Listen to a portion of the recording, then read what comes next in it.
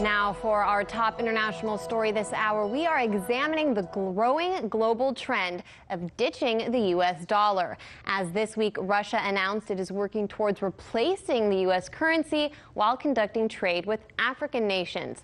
Chairman of the Russia-Zimbabwe Business Council told reporters, quote, "I think it's possible to use other currencies in Africa," adding, "We know that the Russian bank VTB is planning to extend its activity in the region so we could switch to settlements in the currencies that are more convenient to the lender." This news comes just weeks after the Russian government announced it will work to de-dollarize its economy in a bid to lessen the impact of U.S. sanctions. Russian President Vladimir Putin spoke about this initiative earlier this month. We will definitely be moving in this direction, towards independence from the U.S. dollar. Not because we want to undermine the dollar, but because we want to ensure our own security, because we have sanctions imposed on us. They don't let us work with the dollar. And as we've discussed quite a few times here on In Question, Moscow is not the only capital looking to buck the U.S. buck. With the dollar's future in question, we thought now would be the perfect time to break down the details of this global trend.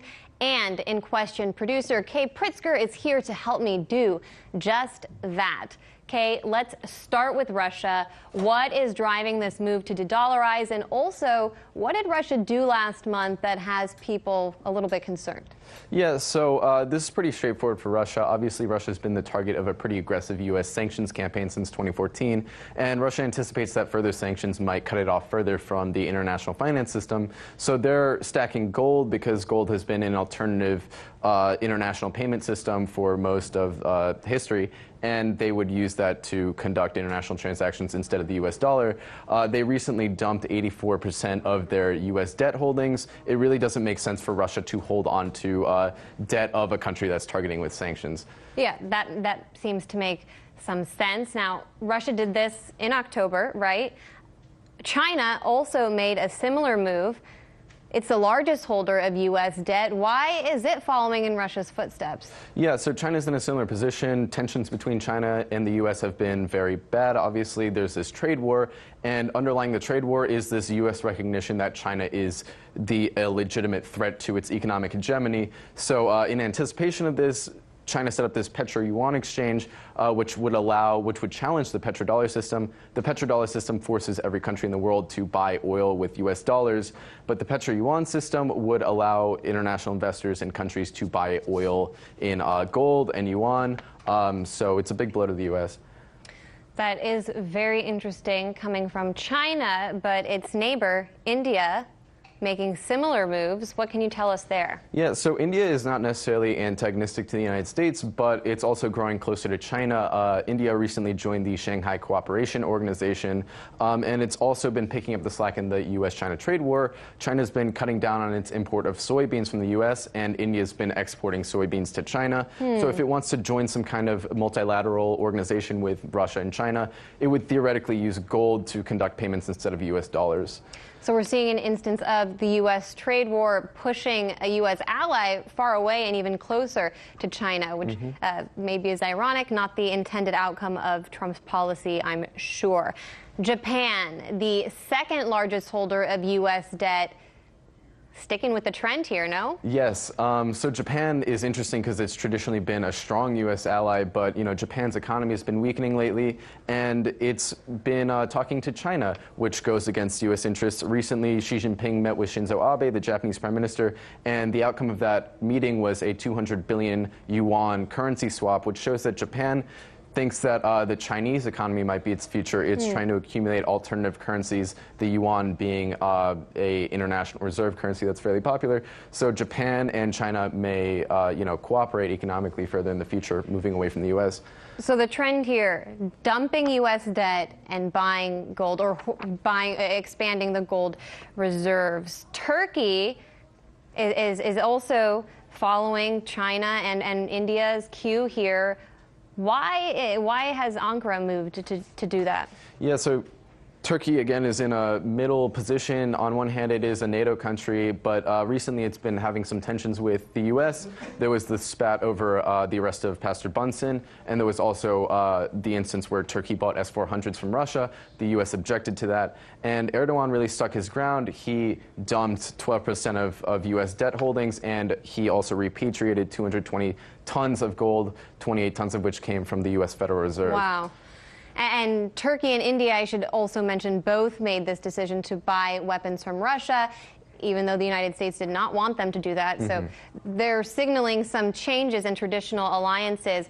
Turkey's also been working to build an alliance with Venezuela, though, which made big news recently regarding the dollar. Yeah, Venezuela recently announced that its international exchange would no longer be denominated in dollars. It would be denominated in euro and yuan, so you can't buy Venezuelan commodities using the dollar anymore. Also, they created this cryptocurrency called the petro. The petro would be an alternative means of payment for Venezuela internationally. It's backed by gold and oil, so any country that's interested in Venezuela's gold or oil can buy some petro, and Venezuela can get commodities it needs from the international market. Venezuela is in a position very similar to Iran, which was way ahead of the curve when it comes to making some of these decisions, moving away from the dollar. What can you tell us about what's happening with Iran? Yeah, so Iran is obviously no stranger to U.S. aggression, and a while back they were pulled from the SWIFT system, which is the electronic payment system internationally. They were re-added to that, but in 2017, anticipating further sanctions, Iran took the dollar off their foreign and financial exchanges, and gold demand has tripled in Iran as well because sanctions have further isolated Iran from the international financial community. Iranians know that gold is an alternative means of payment to the U.S. dollar. Well, Iran's foreign minister said very recently that he believes the trend of the world is moving away from the dollar. Let's listen to what he had to say. The seeds, and I'm not naive to believe that this tree will grow tomorrow, but the seeds of moving away from U.S. dollar are being sowed. And I think U.S. pressure is the fertilizer. The age of dominance, the age of hegemony is long gone. I see a future for our region when all states in our region accept this fact and stop trying to dominate. Very briefly, Kay, all of these countries have something in common. They're either in some sort of rift with the United States or directly targeted by sanctions. Why does this move away from the dollar make sense for all of them? Yeah, it makes sense right now because, these countries have always wanted this, but now the U.S. is really its hubris has gone beyond its capacity. It's fighting these wars in Afghanistan, Syria, Iraq that it can't finance. It's losing these wars. It's losing international respect. Well, these countries, Iran, China, Russia, are on the rise. They're forming multilateral ties. They're building diplomatic relations.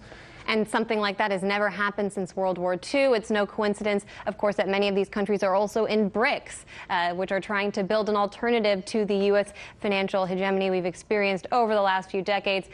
In question, producer Kay Pritzker, thanks so much for coming and breaking all that down. You are great. We're going to take a short break, but we'll be right back with more news.